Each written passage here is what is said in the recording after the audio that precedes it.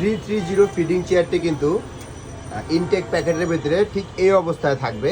এই পার্টসগুলো আপনারা প্যাকেটের ভিতরে পেয়ে যাবেন। এবার আমরা ফিটিং ম্যানুয়ালটা দেখিয়ে দিচ্ছি। এটা পুশ করলে এই যে এভাবেই হয়। তারপরে এই যে এভাবে এই পিছনে একটা লক আছে, এই যে লকটা এটা পুশ করতে হয়। পুশ করা তারপরে এইভাবে ঢুকাই দিতে হয়। আচ্ছা, পুশ করে এই যে ঢুকে গেল নাকি? এই যে ফ্রন্ট স্টিকারটা যেখানে লাগানো আছে এটা ফ্রন্ট সাইডে আসবে।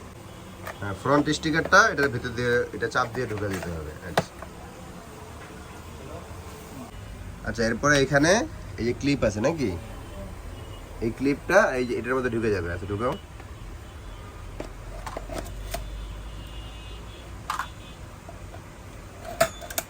এই যে ঢুকে গেছে। আচ্ছা, ওটা ঢুকাও।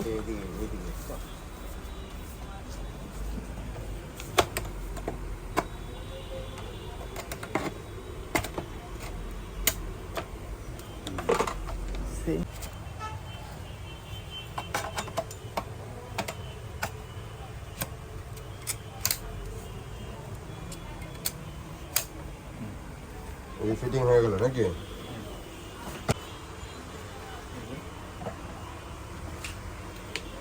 এই যে চাপ দিতে হবে নাকি? চাপ দিয়ে লাগিয়ে যাবে। হ্যাঁ, এই যে পাশে ঢুকায়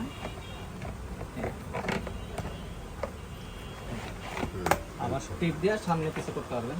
আচ্ছা, এবার এইটা কিভাবে লাগাইতে হবে? এই যে এটা হলো নামানোর সিস্টেম। এই যে দুই পাশে চাপ দিতে হবে।